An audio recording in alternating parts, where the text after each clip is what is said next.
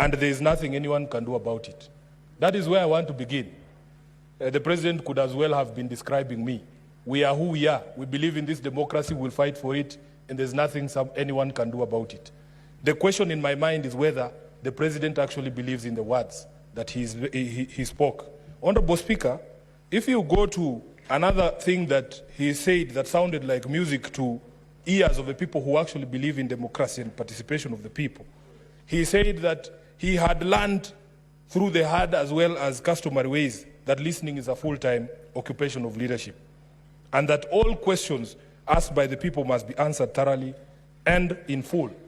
The question we ask ourselves is whether he actually believes the words that came out of his mouth, that he is a listening president, number one, and that all questions asked by the people have been answered by his administration thoroughly and in full.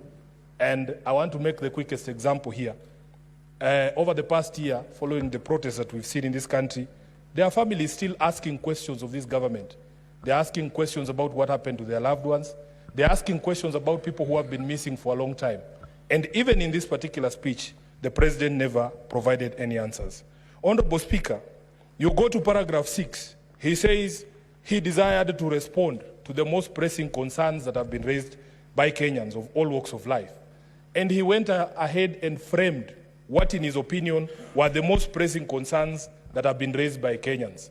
And again, the question becomes, after framing those things and elaborating them very clearly, did he even, in his own speech, respond to the things that he had said were the most pressing concerns of Kenyans from all walks of life? Honorable Speaker, the president asked the question, number one, whether leaders understand the pain and struggles of the people.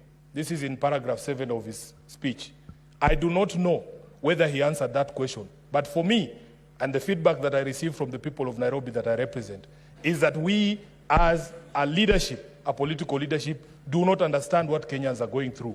And it shows even in the sort of proposals that we put forward in order to solve some of the issues that have been raised by the people. The second question he framed was whether policies in the education sector are working.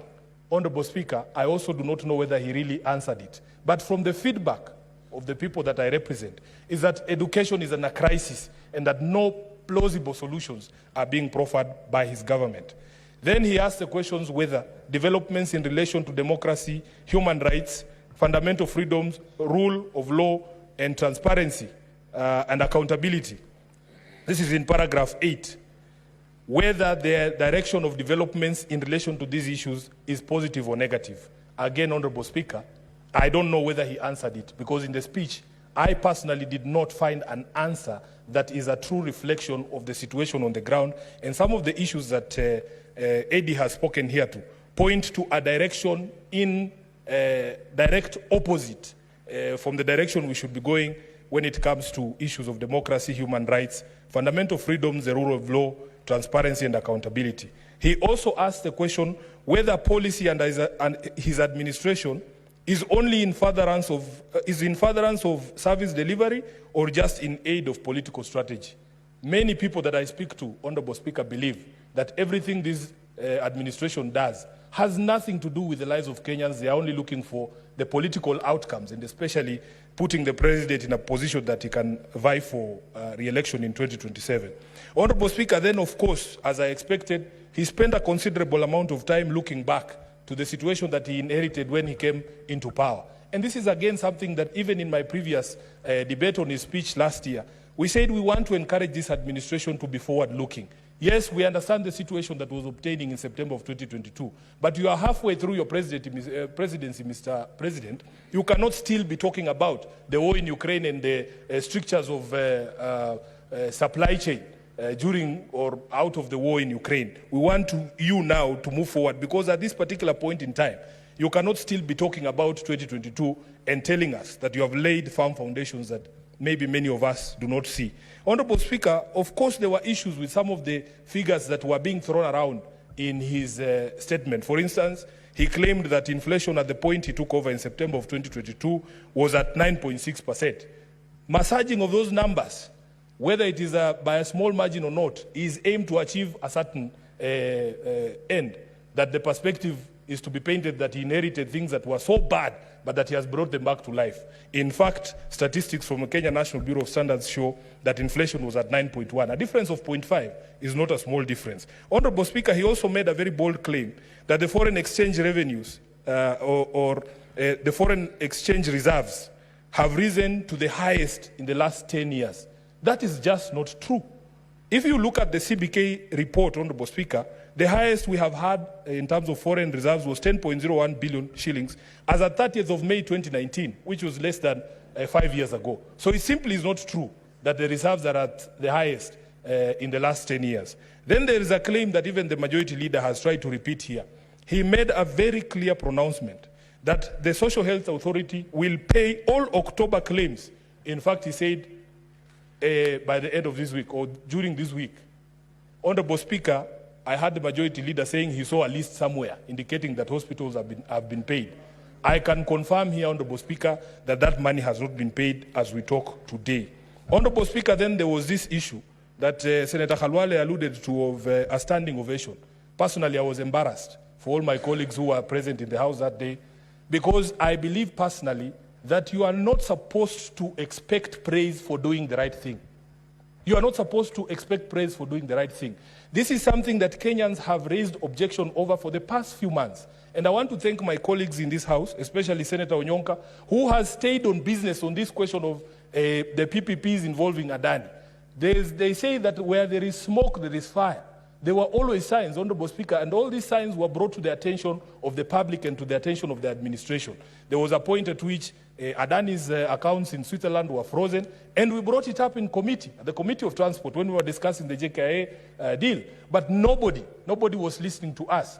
As late as hours before the President's address, the Cabinet Secretary for Energy was appearing before the Energy Committee of this House. And he was insistent that even in light of the new information that he had gotten of the indictment in the US of the Adani directors, that the thing would still go on. Honorable Speaker, if there is something that we have learned about the Adani debacle, is that if we stick to the principles in Article 10 of the Constitution, we will never get it wrong.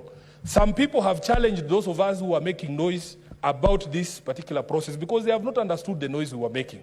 We were saying the Constitution requires that even when there are options in terms of procurement, whatever procurement method you decide to use, there has to be transparency. So those out there asking us, what is the option to Adani? The Constitution already provides an option. The option after kicking out Adani is very simple. It's called transparency. It's called transparency. Honorable Speaker, I have also raised concerns about the way this government communicates. If, for instance, you wanted to make it clear that government policy going forward is that large infrastructure projects were going to be undertaken through PPPs, why not make it public so that you can receive as many interests as possible and disclose when you receive this interest that these interests have been received? Finally, because I can see the light is on here, Honorable Speaker, the President concluded by saying that the state of the nation is resilient. I looked up synonyms for the word resilient. It means the ability to endure suffering without breaking or incurring permanent damage. So he knows the truth. He knows the truth that he has stretched Kenyans to the end, but he knows that we will not break because we are like the proverbial donkeys. Senator, I give you 1 minute to conclude. I thank you, Honorable Speaker. I was saying that the synonyms that I saw for resilience is a person who has ability to endure suffering without incurring permanent damage or loss. So, Honorable Speaker, he knows that Kenyans are suffering, but that somehow he has discovered that we are resilient, we can take more and more punishment without breaking. And I think this is the only thing in his speech that I agree with. I thank you, Honorable Speaker.